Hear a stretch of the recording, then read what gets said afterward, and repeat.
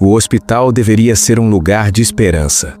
Um espaço onde vidas são salvas, onde famílias aguardam por notícias com o coração apertado, mas ainda acreditando na recuperação de quem amam.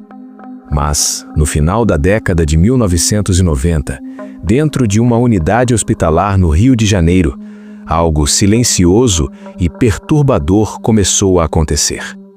Entre corredores frios, equipamentos hospitalares e o som constante de monitores cardíacos, uma sequência de mortes começou a chamar a atenção.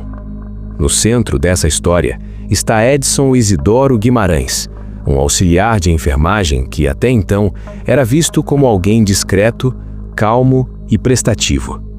Edson nasceu em 1957 e, na época dos acontecimentos, tinha 42 anos. Morava em Jacarepaguá, zona oeste do Rio de Janeiro, e trabalhava no Hospital Municipal Salgado Filho, localizado em Meier, zona norte da cidade.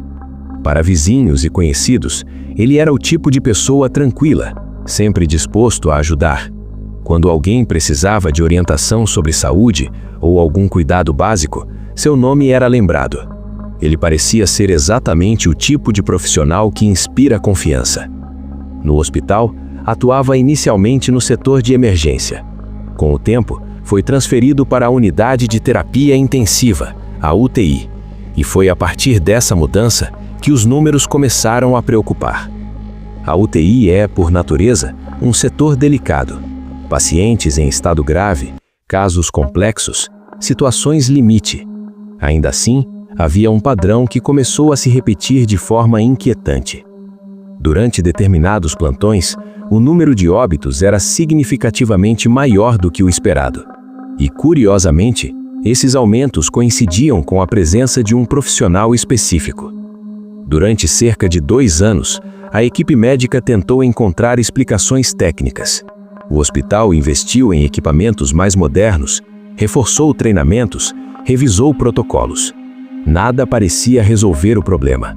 As estatísticas continuavam a crescer de maneira difícil de ignorar. Até que, no final de abril de 1999, um detalhe mudou tudo. Uma funcionária da limpeza presenciou uma cena que despertou suspeitas. Em determinado dia, ela viu Edson saindo do almoxarifado com uma seringa no bolso. Pouco depois, já na UTI, observou de longe um movimento que a deixou inquieta. Ele manipulava uma bolsa de soro intravenoso de um paciente. O conteúdo da seringa, segundo as investigações posteriores, seria cloreto de potássio. Em contextos médicos, essa substância possui aplicações específicas e controladas. Porém, quando administrada de forma inadequada e em grande quantidade, pode provocar uma parada cardíaca. Pouco tempo depois daquela movimentação, o paciente em questão foi declarado morto. A funcionária começou a ligar os pontos. Não era apenas uma impressão. Havia algo errado. Ela decidiu relatar o que havia visto à administração do hospital.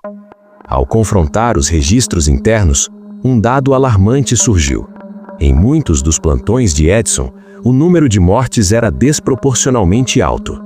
A direção resolveu agir com cautela. Sem alarde, transferiram Edson temporariamente para outro setor, o ambulatório, afastando-o da UTI. O resultado foi imediato.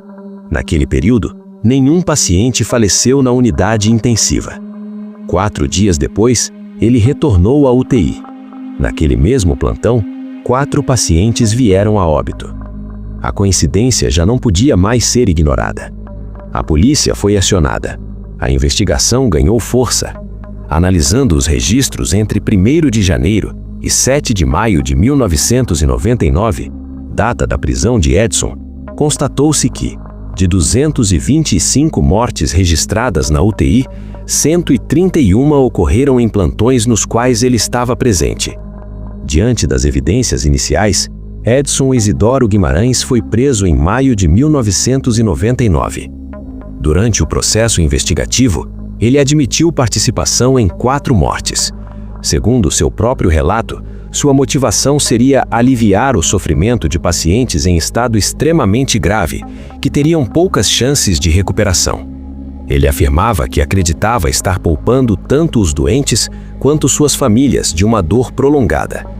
As investigações apontaram 2 métodos principais utilizados por ele: a administração irregular de substâncias em bolsas de soro e a retirada de suporte de oxigênio de pacientes em estado crítico. Procedimentos que, fora dos protocolos médicos e sem autorização, podem levar rapidamente ao fim da vida.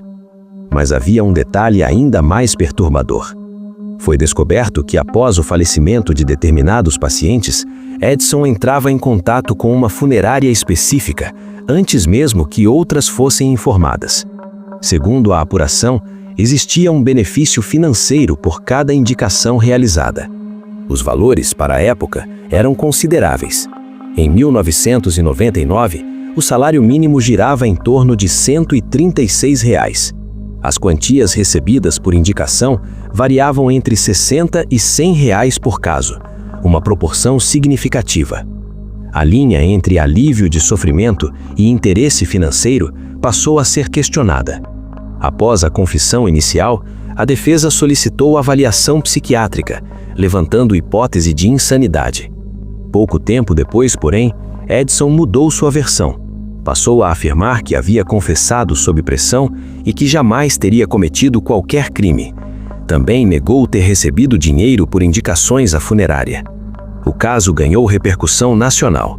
Em 21 de maio de 1999, o Ministério Público formalizou denúncia por homicídio qualificado em 4 casos específicos, aqueles com elementos considerados mais consistentes pela acusação. Em fevereiro de 2000, veio a sentença: 76 anos de prisão, referentes às 4 mortes comprovadas. Entretanto, uma sombra continuava pairando sobre o caso. Se os registros indicavam mais de uma centena de mortes em plantões coincidentes, por que apenas 4 condenações? A resposta estava na dificuldade de provas conclusivas. Em ambientes hospitalares, especialmente em UTIs, determinar com absoluta certeza a causa exata de cada óbito pode ser extremamente complexo, principalmente quando as vítimas já estavam em estado crítico. E assim, muitas famílias permaneceram com uma dúvida que talvez nunca seja totalmente esclarecida. Edson passou a cumprir pena no sistema prisional do Rio de Janeiro. Relatos indicam que ele manteve comportamento considerado adequado dentro da unidade, inclusive exercendo funções relacionadas à enfermagem, no atendimento a outros detentos. Mas a pergunta que ecoa até hoje é simples e inquietante: quantas daquelas mortes realmente foram naturais? E quantas podem ter tido outra intervenção?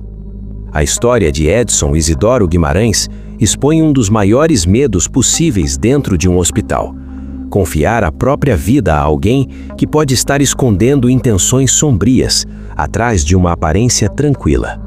Após a prisão de Edson Isidoro Guimarães, a investigação ganhou proporções ainda maiores. O que inicialmente parecia um caso isolado começou a revelar camadas muito mais profundas e perturbadoras. Peritos, delegados e promotores passaram a revisar cuidadosamente cada registro hospitalar, cada prontuário, cada horário de plantão.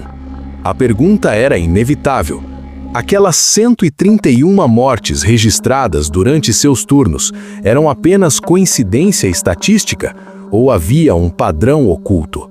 Analisar óbitos em uma UTI é um desafio complexo. Os pacientes já estavam em estado crítico, muitos tinham diagnósticos graves com prognósticos reservados. Isso tornava a linha entre evolução natural do quadro clínico e possível interferência externa extremamente difícil de provar. Mesmo assim, alguns detalhes chamaram atenção. Havia relatos de pacientes que, apesar de graves, apresentavam estabilidade antes de sofrerem uma parada cardíaca repentina. Em alguns casos, a deterioração era abrupta demais. Em outros, não havia justificativa clínica clara que explicasse a mudança súbita no quadro. Mas sem exames específicos realizados no momento exato, sem flagrante, sem testemunhas diretas além do primeiro relato, transformar suspeita em prova concreta se tornava quase impossível. E foi exatamente isso que limitou o processo judicial. A condenação de 76 anos referiu-se a 4 casos nos quais a acusação conseguiu reunir elementos considerados suficientes. No entanto, os outros mais de 100 episódios permaneceram envoltos em incerteza. Tecnicamente, não foi possível responsabilizá-lo por eles. E para as famílias dessas possíveis vítimas, isso criou uma ferida aberta. Imagine descobrir, anos depois, que o plantão no qual seu familiar faleceu coincide com o turno de um profissional condenado por provocar mortes dentro da mesma unidade. Imagine conviver com a dúvida permanente: foi o curso natural da doença ou houve intervenção? Essa incerteza é, por si só, um peso emocional difícil de descrever. Algumas famílias buscaram respostas, outras preferiram não reabrir a dor. Houve quem defendesse que seus parentes já estavam muito debilitados, houve quem não aceitasse essa explicação. A ausência de provas definitivas impediu qualquer conclusão final para a maioria dos casos. O impacto também atingiu o próprio hospital. A confiança na instituição foi abalada. A ideia de que um profissional da saúde poderia agir deliberadamente contra pacientes chocou o país. Protocolos internos passaram a ser revistos com ainda mais rigor. O controle sobre medicamentos e substâncias hospitalares tornou-se mais restrito. A supervisão de plantões foi reforçada. O caso ultrapassou os muros do hospital e se tornou um debate nacional sobre ética médica, fiscalização e vulnerabilidade em ambientes hospitalares. Como alguém pode agir durante tanto tempo sem ser percebido? Essa pergunta ecoou por meses. Especialistas apontaram que ambientes de UTI são, por natureza, locais onde mortes, infelizmente, acontecem com frequência. Isso cria uma espécie de zona cinza, onde eventos graves podem ser inicialmente interpretados como parte da rotina clínica. Quando existe confiança excessiva na equipe, comportamentos anormais podem demorar a ser questionados. No caso de Edson, foi necessário o olhar atento de uma funcionária da limpeza, alguém fora da equipe médica direta, para que a suspeita ganhasse forma. Um detalhe observado por acaso foi o que desencadeou tudo. Sem aquele relato, talvez os números continuassem sendo vistos apenas como estatística. Com o passar dos anos, surgiram relatos não confirmados sobre sua situação no sistema prisional. Informações indicavam que ele mantinha comportamento considerado adequado e que dentro da unidade exercia funções relacionadas à enfermagem para ajudar outros detentos sob supervisão. Essa informação, por si só, gerou indignação em parte da população. Para muitos, era inconcebível que alguém condenado por tirar vidas dentro de um hospital pudesse continuar exercendo qualquer função ligada à área da saúde, mesmo dentro de uma prisão. Mas, juridicamente, ele cumpria a pena pelos 4 casos comprovados. Os demais permaneciam no campo das suspeitas. E talvez seja exatamente isso que torna essa história tão inquietante. Não é apenas sobre um profissional que foi condenado, é sobre números que não fecham, é sobre estatísticas que levantam dúvidas, é sobre famílias que nunca terão uma resposta definitiva, é sobre confiança e como ela pode ser quebrada dentro de um dos lugares onde mais precisamos acreditar nas pessoas ao nosso redor. O caso de Edson Isidoro Guimarães ficou marcado como um dos episódios mais perturbadores envolvendo a área da saúde no Brasil. Um lembrete sombrio de que, mesmo em ambientes destinados a salvar vidas, falhas humanas e intenções obscuras podem se infiltrar. E no fim, permanece uma pergunta que talvez nunca seja totalmente respondida: foram 4 ou muito mais? Se você chegou até aqui, é porque histórias como essa despertam reflexão e também a necessidade de conhecer os fatos por trás dos casos mais impactantes do Brasil. Aqui no canal, a gente mergulha fundo em histórias reais, sempre com responsabilidade, análise e respeito pelas vítimas. Se você ainda não é inscrito, aproveita agora para se inscrever no canal, ativar o sininho para não perder os próximos vídeos e deixar seu like para apoiar esse tipo de conteúdo investigativo. Na próxima semana, tem mais um caso que vai fazer você questionar tudo o que parece óbvio. Até o próximo vídeo.